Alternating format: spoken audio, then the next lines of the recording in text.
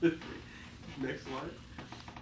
Our patient is DH. You are the charge nurse working labor and delivery at our local hospital. DH comes to the hospital because she's having contractions and is feeling somewhat uncomfortable. You take her to the triage area to provide privacy and you ask her to change into a gown. So far, so good. What are the 3 most important questions to ask before you consider doing a vaginal exam and why? That is on page 306 to 310 and 312. You want to ask her if she's having any leaking or bleeding, what is her estimated delivery date or estimated gestational age, and is she feeling any pressure? Secondarily, is the baby moving? Per quoting Ms. Hunt. She is having contractions every 2 to 3 minutes and they're lasting 45 seconds.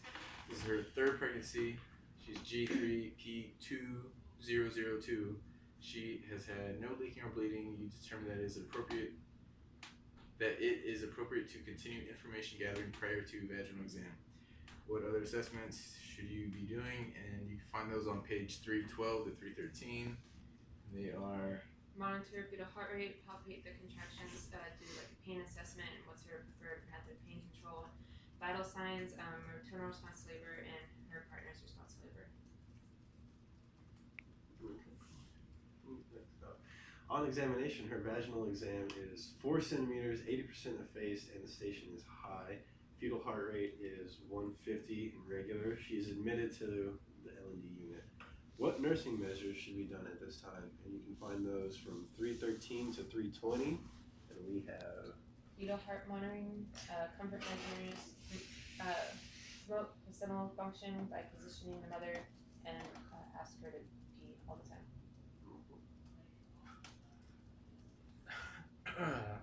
There's a fetal monitoring strip there. They ask you to assess it. We said that it's early D cells, and what we're gonna do. It's from head compression. You can just continue to monitor and position her. That's 343. 343. Yes. So the next slide is just fetal chop. Fetal chop. List the stages of labor. DH is in what stage? What phase of this stage? So she's in the first stage of labor in the active phase because she's 4 centimeters and 80% effaced. And all the phases are from 299 to 304. Yep. Yeah. DH stated that she is getting more uncomfortable and asked if anything can help her cope before using any medication. List 4 alternative methods to assist DH with controlling her discomfort. Non-pharmacological pain management is on page 356 to 360, and comfort measures are on 315 to 317. Yeah. As you assess DM and the fetus during labor, you also look for abnormalities that would indicate concerns during labor. Which of these are potential abnormalities during labor? Select all that apply.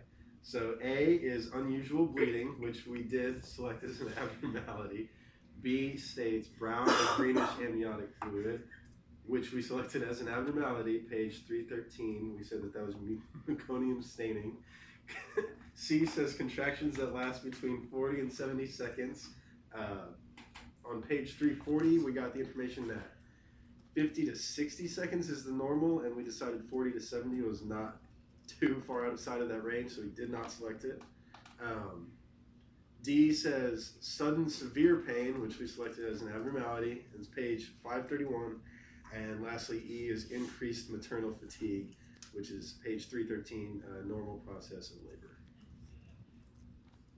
What is happening here? Erica, do you want to? Says, although DH is using non-pharmaceutical coping strategies, she asks for pain medicine and is given a single dose of Demerol. 3 hours later, she's lying on her back, and during a contraction, you notice a few like decelerations on the EFM. You stay with DH and call for help to have someone immediately notify the primary provider. And that was on page 342.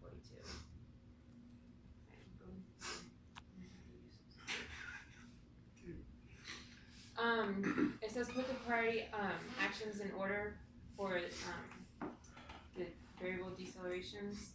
No, late deceleration. Late decelerations. And we got those based off of page 334 and it was reposition her on her left side, and if that doesn't work, put her on her right. You're gonna give her O2. Actually, we switched the order. Yeah, no.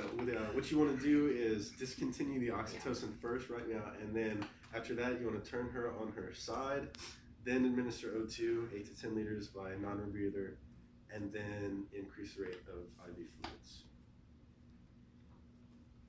Decelerations occur in early, late, and variable. State the cause of nursing intervention for each type. You can find all of that information on pages 342 to 343.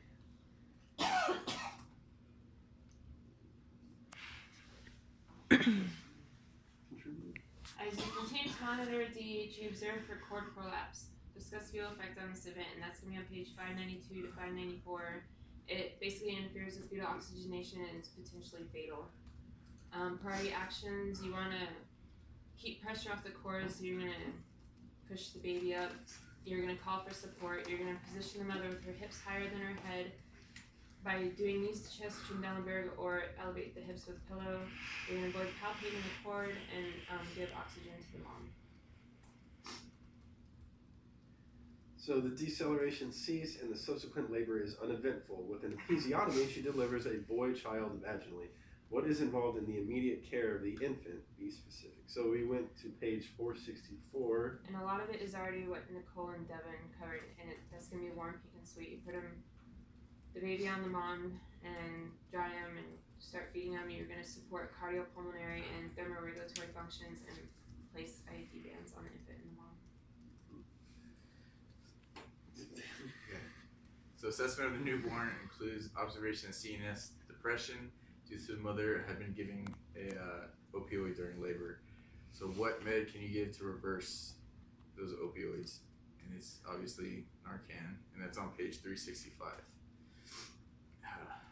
DH has her episiotomy repaired under local anesthesia, and there are signs that the placenta is ready to be delivered. Identify the ordinary signs of post-delivery placental separation. That's on page 299, and they are: the cord will get longer.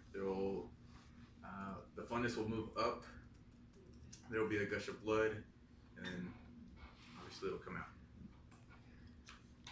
And identify the periodic assessments that are necessary for DH after delivery and continuing for several hours. It's on page 326. And Observe for hemorrhage, one of her vital signs, including her blood pressure, pulse, and temperature. Check her fundus, check her bladder, and check her lochia. outcome, and make an IS bar.